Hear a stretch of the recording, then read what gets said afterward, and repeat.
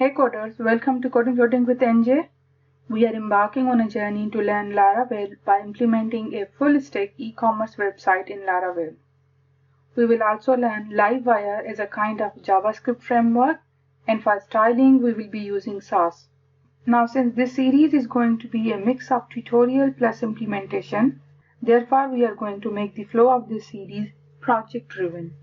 That is, we will learn the Laravel concepts as their need arises in the project. This means we might learn some advanced concepts before some basic concepts. Okay, now since we have a mammoth task ahead of us, so we better get started. The first thing that we need to get going is to create a Laravel app, for which we need to have PHP and Composer already installed on our system. So I'm assuming you already have those two installed, otherwise why would you be jumping directly into the Laravel? So now we should create a Laravel app. So let's first go to Laravel official website.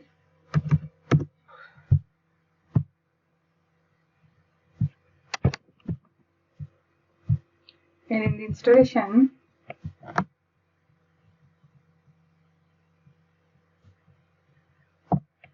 we have basically two ways in which we can create the Laravel project. The first one is using create project command, and the second one is by globally installing Laravel installer. So we are going to go with this first approach, for which the command is composer create-project Laravel and then the name of the project. So I'm going to copy it.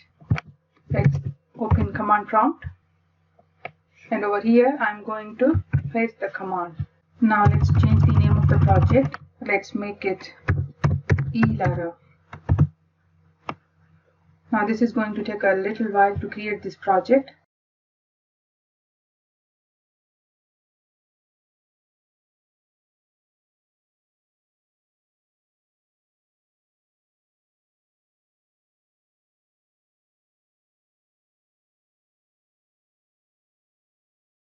Now once this installation is done, we will have a folder with the name eLara. So let's go into that folder, eLara. This is the name that we gave to our project. Now we are inside this project.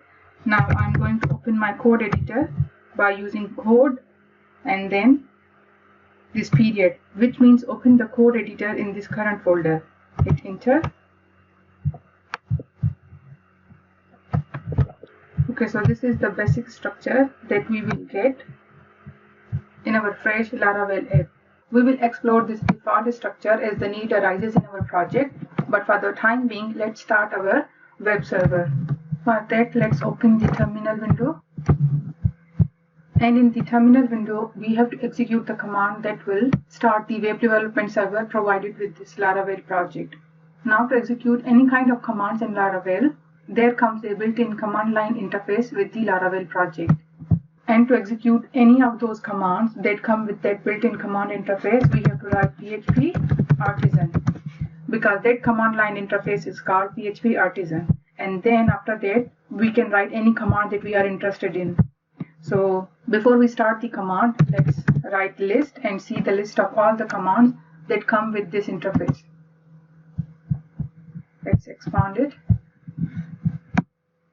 And these are all different kind of commands that we can execute because we have this PHP artisan command line interface.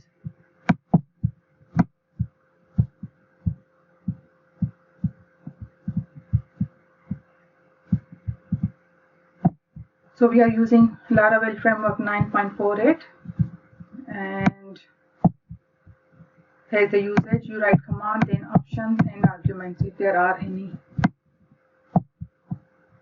And these are the available commands which start with the about. Now we have to look for the command that will start our server, which is this serve. So it will serve the application on the PHP's development server.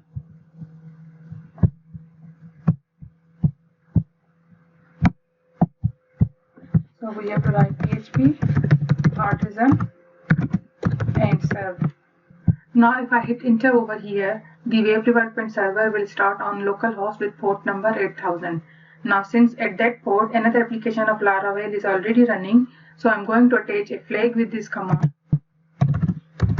the flag name is --port equals our assignment sign, and now the port number. Let's change it to 8080 and hit enter. If you have to use default port, then you don't need to provide this flag. Now it says the server is running on localhost. This is the IP address of the localhost and port number 8080. If I control click on this one, it will take me to the page. So now as you can see, our web application is being served from the localhost with port 8080. This is the built-in page that comes with the Laravel app. We haven't defined any of our own pages. So now we have installed a Laravel application, and that application is running on the development server that comes shipped with this application, and it's running on the port 8080 because this is the port that we provided through the flag. And so now our system is up and ready, and now we are all set to implement our own project. But before we do that, we have a mystery to solve. That is, where did this page come from? Since we have just created a project, a Laravel application, but we haven't created any web page, and yet we are seeing a page on the screen in our browser. So in order to solve this mystery, I'm going to take you to the journey of Laravel request application. Well, I have simplified this journey for you because we are assuming that you are all beginners, so I have tried to simplify it as much as possible. I have created this diagram to make you understand this request lifecycle. So this is our browser and this is the server. When a HTTP request is sent from the browser to the server, this is where it first ends up. Well, actually there are some other bits where it goes through, but for the time being, let's ignore them. So this is the first component where our request ends up, which is called router. And this router is nothing but a PHP file. However, the task that it performs, based on that task, this particular file is named router because it does just that. So you can think of this router file, which is a PHP file, like a dictionary. In the first column, we have URLs, which are the requests that has come from the browser. So that's our URL part. And in the second column, we have controller name and a method name. So whenever a request comes to the server and it reaches the router, it will look for a matching URL in its column. And if it finds a matching URL, let's suppose this second one is the matching URL received from this HTTP request, then what this router will do, it will look at the associated controller and the method, and then dispatch this request to that particular controller along with the method that this controller needs to execute. Again, this controller is another PHP file, but it's named controller because that's the kind of job that this particular PHP file performs. Since the router has asked it to request, let's say, method B, the controller will execute that method. And if the method requires communication with the database, such as executing a select statement on users table, in that case, this request will be dispatched to another PHP file, which is called model in Laravel terminology, which is nothing but a representation of database in the Laravel framework. So this model will execute this particular statement, and then the result set will be returned back to the controller and to the method which made this request to the model. Now this controller has got the data. Now the controller will return most likely a PHP file along with the data that it has received from the model to the browser. The file that is sent back to the browser is called view, because that is what is being viewed in the browser. Again, it's a PHP file which in most cases will contain a HTML page along with the data that has been returned from the model. So that HTML page is displayed over here. This is the HTTP request lifecycle at the most highest level. Of course, I have omitted many bells and whistles that play a role, but at the simplest level, this is the best way to describe this lifecycle. Now I must mention over here that all these components such as controller and model as well as view, they are all optional. When a request reaches the router, it checks the URL and it can directly send the response back from this stage to the browser. That means it won't go to the controller or model. It can directly send either a view, which is this view, back to the browser if it only contains static data, such as a static HTML page. And even it can only send one or two HTML elements. For example, just a single paragraph will be sent to the browser and the browser will display it. Not the page, just a p tag, a paragraph tag with some data in it. This router can do that because the browser is capable of receiving just 1 or 2 HTML elements and displaying them. So the router can either send 1 or 2 HTML elements or a complete static HTML page. So this is one scenario where the rest of the components have been omitted. It is also possible that the router dispatches the request to the controller and controller doesn't need to communicate with the database. So that means that this part won't execute and the controller will directly send a static view back to the browser. And the last scenario is the one which we discussed in the beginning, because most of the time the last scenario is the one we are using, and that's why we are using Laravel. Had that not been the case, we wouldn't be using a framework like Laravel, because every framework has their own demands and their own considerations. If a request is simple enough, then why would we bring a framework into the picture? Okay, so now we understand the life cycle of the HTTP request. Now let's come back to the question of where did this page come from? Well, when a fresh Laravel application is installed, we get a file named web.php already made available in that fresh installation with some contents in it. That web.php file represents this router, and in that router we have one route already made available.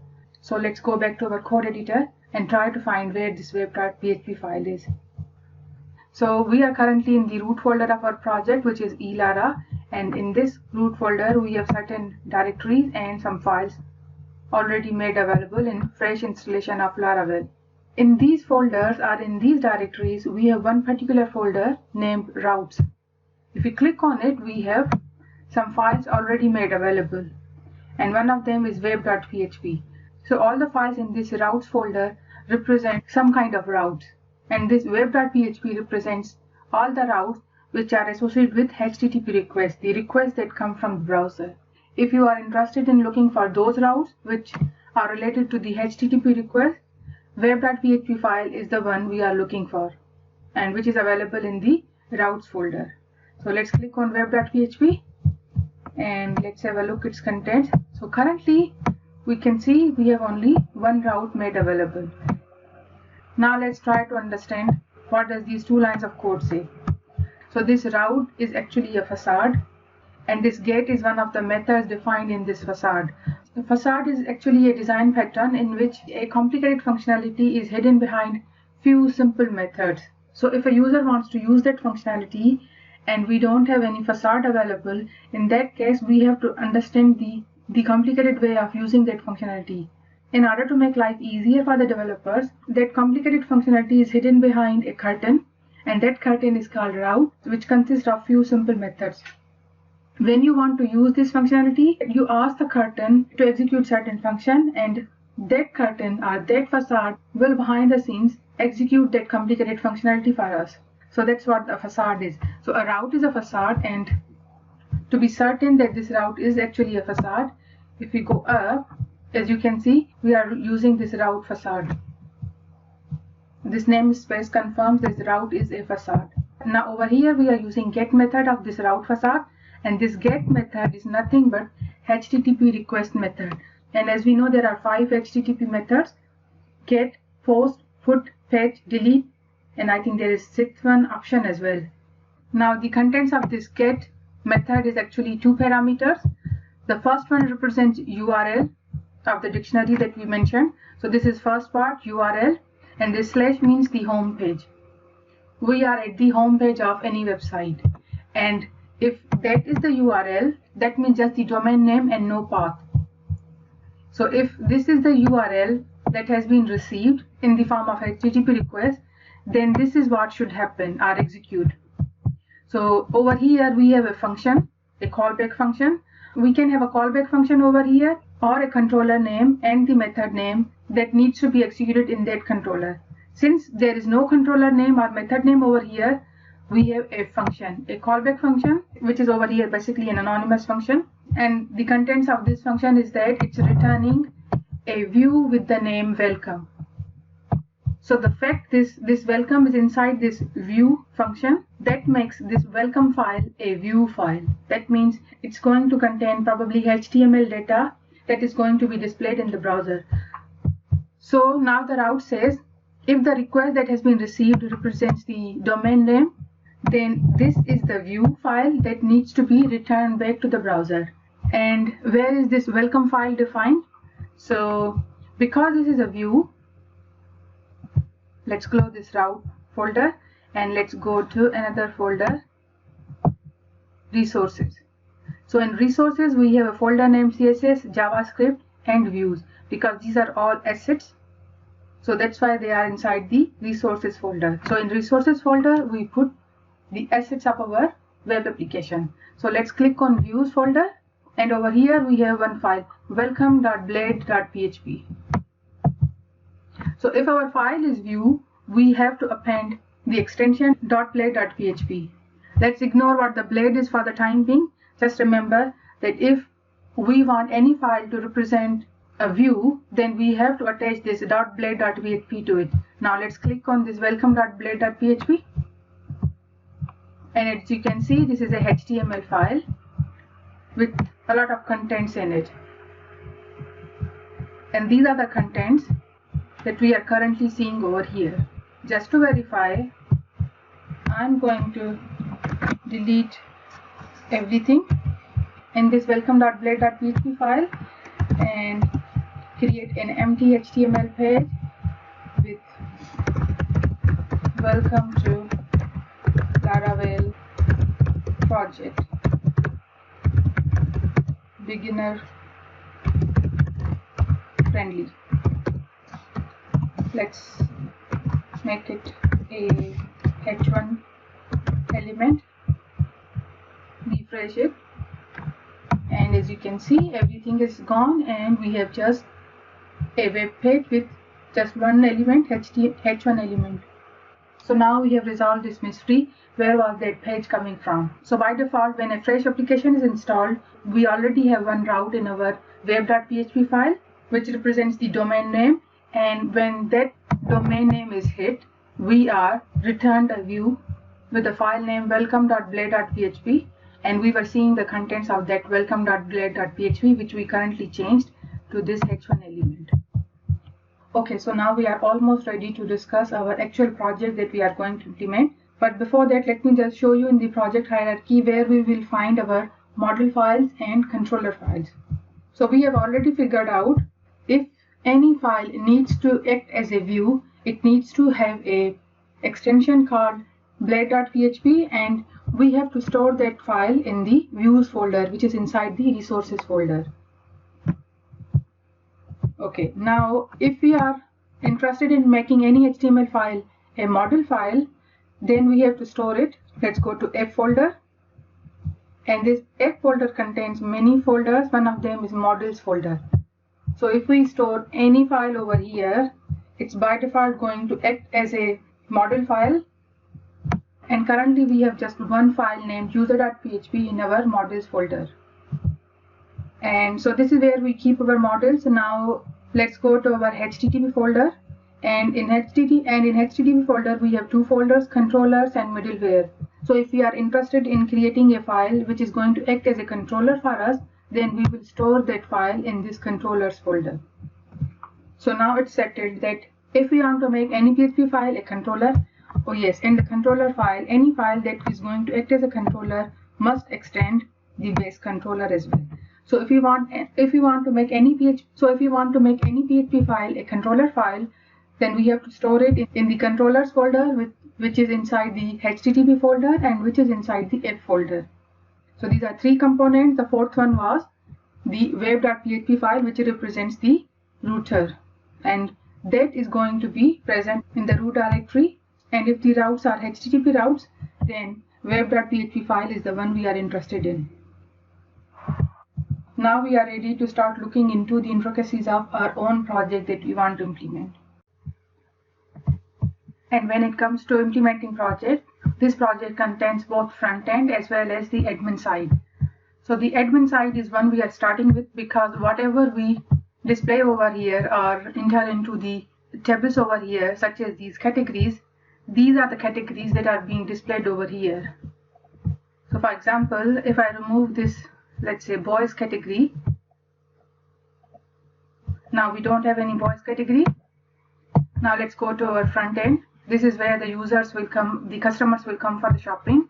So if I refresh it, now as you can see, the boys category is gone. And likewise, all the products that you see over here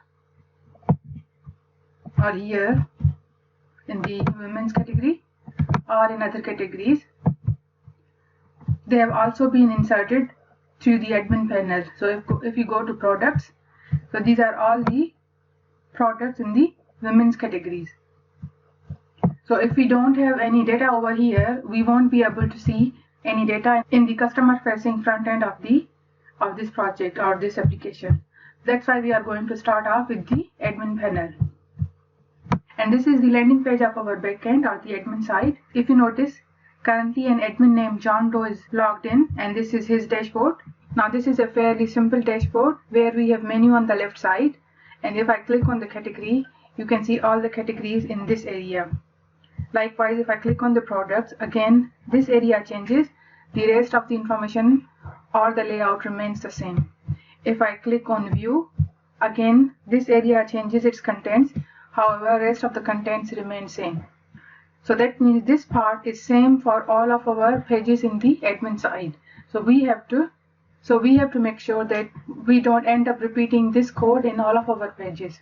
With that in mind, let's go to our project and start implementing the admin side of the project. Let's close this for a while. Now in order to implement this landing page, we have to again go back to our 4 components that we discussed in the request lifecycle and figure out of those 4 components, how many of those components do we need? Well, we definitely need a route representing this URL in our router, which is web.php file. Then we have to think of the controller and model. We need a model if any of the information which is available over here is somehow coming from the database. Since none of this information is coming from the database, these are static links, category management, product management, and the rest. These are all just links. They don't come from the database. So at least for this part, we don't need a model. Again, the contents of this window are again just a one HTML element. So this is also static. This is also just the current path, admin. So this is also static. However, this part, John Doe, since he is logged in, that means this part is associated with our database. But for the time being, we are ignoring this part because we are not going to dive into the authentication and this advanced logic.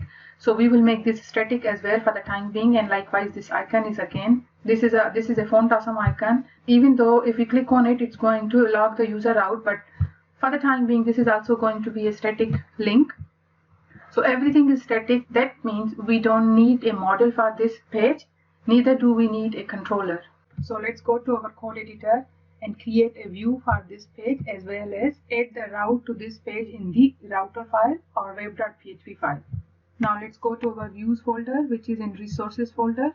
And in this views folder, we are going to create 2 subfolders. One is going to contain all the views belonging to the backend or admin side, and the other one is going to contain all the views associated with the front end view of the website. So let's create the folder. Let's make it admin. Let's create front end folder as well. Let's make it shop. So we have 2 folders. One is admin, in which all the views belonging to the admin side are going to be put, and the shop contains all the views belonging to the customer facing website. So in the admin folder, let's create a blade.php file named layout.blade.php. Let's create HTML skeleton code. Change the title from document to Lara shop. In the body element, let's create 3 sections. For the first section, let's give it the class name horizontal nav. This is going to represent the horizontal navigation, this part. The second one is going to be the vertical navigation, and third one is going to be the content section.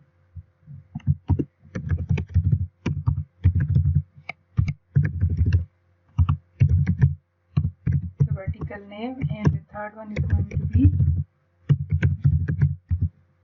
content section. In the In the horizontal navigation, we have the name of the website. Then this one represents the current link where we are currently present. So currently we are in the admin. We are on the dashboard, which is admin. And then we have logged user and an icon for logout. So we have 4 components, 2 towards the left and 2 towards the right. So we are going to create 2 divs over here. One is going to encompass these 2 components and another div is going to encompass these 2 components. So in the horizontal div, let's create left nav and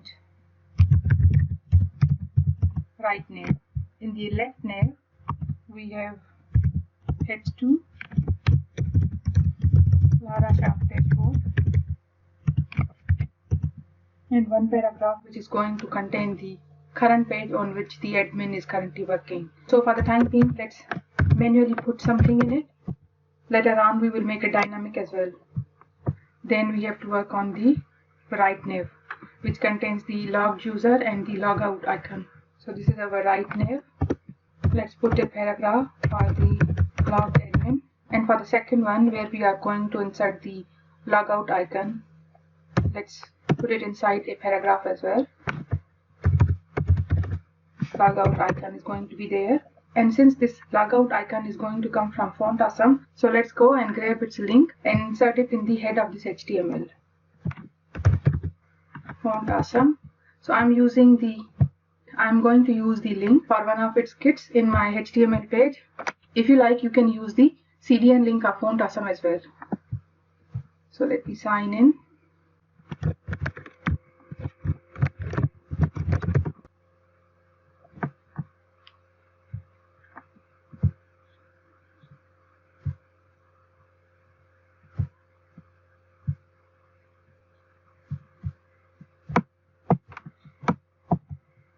Let's copy this link and insert it over here.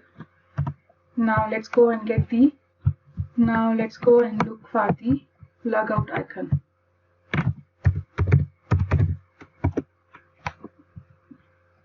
Let's select the free one. So this is the icon. Copy and paste it over here. Okay, now let's work on the vertical icon. Let's create one anchor element for the category. Let's keep it empty for the time being. We have to provide the URL over here, but for the time being I'm going to keep it empty. Another anchor for the products. Third anchor link for the banner. Let's attach management, category management, product management, banner management. Then one more link for the order management. Another link for the customer management.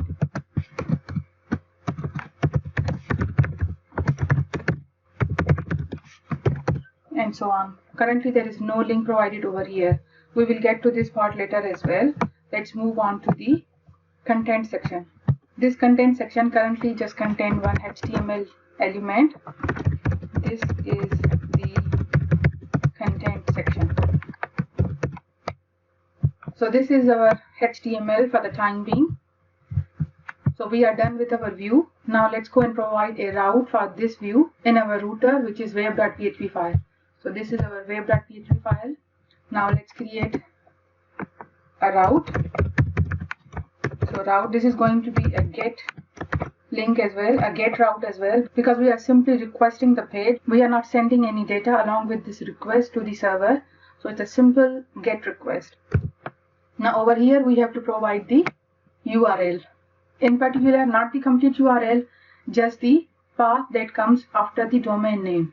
So we are saying, starting from the home page, this slash means just the domain name, no path. So starting from that domain, go to a link or path named admin.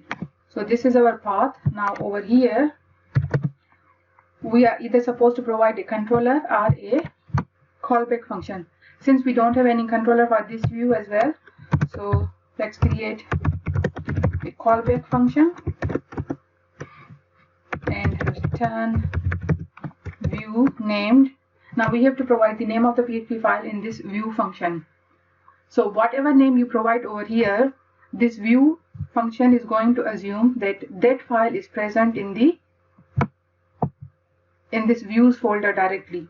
But since we know our file is not in this view folder, rather it is inside another folder in the views folder named admin, and there this file is present. So we have to provide the path with respect to this view. So if the file is directly present inside the views folder like welcome.php, we will write this welcome without the extension blade.php. But since our file is not present directly in the views folder, rather inside another folder named admin, so we have to give this whole path. So admin dot layout, no extension, no blade.php. So this view folder always assumes that whatever name you provide over here, that should be present inside the views folder. And if we have created multiple folders within this views folder, we have to append those folder names as well. Now I have put dot over here. If you like, you can put slash over here as well. But in the Laravel, the most prevalent convention is to provide dot for that hierarchy. Okay, now let's go to the browser. So this is our home page because currently there is no path attached to this domain. So that's why we are seeing the welcome page. Now if we attach a path /admin, now we are seeing the page that we just created. These are the current contents that we have put in the HTML page. But there is something wrong because we are not able to see the font awesome icon over here. I have definitely selected the free ones. Oh, okay. The version that is selected is 6 and above, but when I created the kit, it was the version 5 something. So that kit works only with icons for the version 5 something. So let me change the kit, version. Go for free, and this is the only one that I can use. So copied and replace this icon. Refresh. Okay, now I can see the icon. Okay, so that part is sorted. Now the next thing that we need to work on is that when we have created multiple pages for the admin side, then the data which is similar in all the pages, that data should not be repeated in all the HTML pages as well. So we have to figure out how can we not repeat the common HTML elements in all of the pages. So for that, the strategy that Laravel Frameworks provides is that we can extend any HTML page. So it's a kind of inheritance that we can apply on HTML pages as well. So what we are going to do is that since this part is different for all the pages and rest of the data, this remains same. So we are going to extract this portion into a separate HTML page and this portion into a separate HTML page. Then the HTML page which represents this portion, this page is going to extend this page. And by extending this page, the second HTML page which represents this data will also have this data by default. And this way, all the HTML pages that we will create, they will all be extending the page which contains this portion of the data. So how do we do that? For that, we have been provided with 2 directives, and those directives are called blade directives. Because we are using a templating engine called Blade to create our views. So far, I have only used pure HTML in our view. It's time to see the power of this Blade templating engine and how does this Blade directives provides us this capability to extend HTML pages. So let's go to our HTML page again. So let's go to the section which keeps changing. Now we know that this section keeps changing. So I'm going to comment this H1. Now our content section is empty. And over here, I'm going to insert a directive named yield. Now this is a Blade directive. And this Blade directive takes 2 parameters. The second parameter is optional. The first parameter is going to be any name that we are going to give this section. Then when we are creating other pages which is going to extend this particular HTML page, in that page, the data that we want to insert in this portion, we are going to use the name that is given over here as a reference to insert the data into this particular part. So let's give it the name content as well.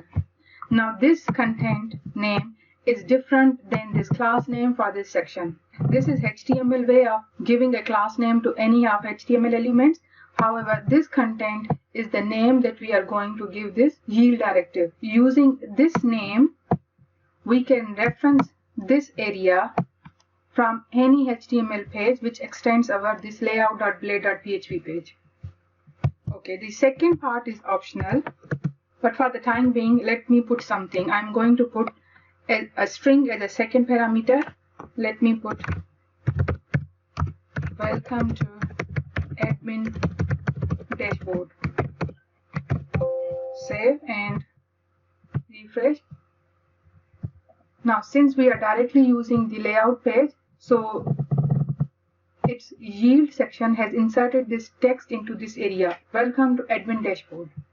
So this is our main admin dashboard. Now we are going to create another page which is going to extend this page, and it's going to represent the categories page. So let's go to our views folder and create another file in the admin folder. Let's make it category.blade.php. Now this category.blade.php is going to extend the layout.blade.php so that we don't have to repeat the code in this file as well. So for that, I'm going to use another blade directive which is called extends, and we have to provide over here the name of the file that we are extending in from the views folder. So it's admin.layout. Now putting this extends directive with this name makes all the data which is present in this layout available over here as well. Now the only different data that we want to place in this category.blade.php is going to be inserted over here. That means we have to reference this yield directive. And to reference this yield directive, the name given to this particular yield is content.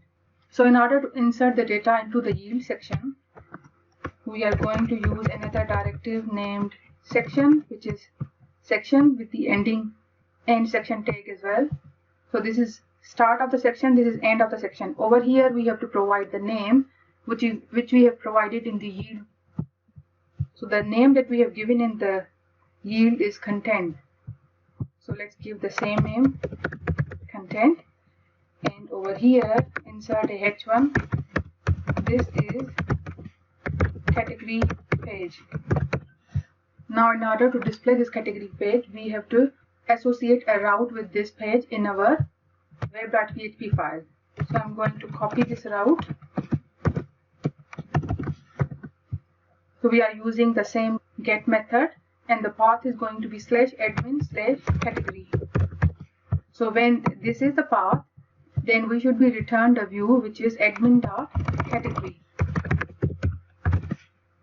Now append category to this path. Now as you can see, we are seeing a category which contains everything that was in the layout page, just this portion is different. This is category page, which comes from this one.